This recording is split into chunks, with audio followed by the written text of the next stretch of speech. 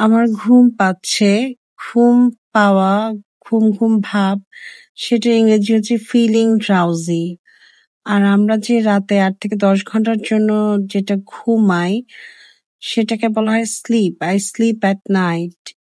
আর দিনের বেলা ভাত ঘুম ১ থেকে ২ ঘন্টার জন্য সেটাকে বলা হয় টেক আ সিয়েস্টা।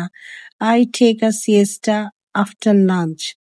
এটা শুধুমাত্র দিনের বেলা ঘুমটাকে, লাঞ্চের সময় ঘুমকে বলা হয় সিয়েস্টা। I take a siesta.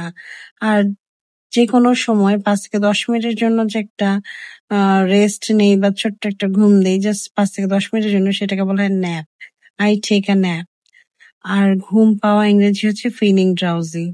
তো আমার এখন সত্যি ঘুম পাচ্ছে। আমি একটা দাওয়াত থেকে আসছি, এখনো মেকআপ তুলি নাই। যাই এখন মেকআপ দিয়ে লম্বা একটা ঘুম দেই। আল্লাহ হাফেজ।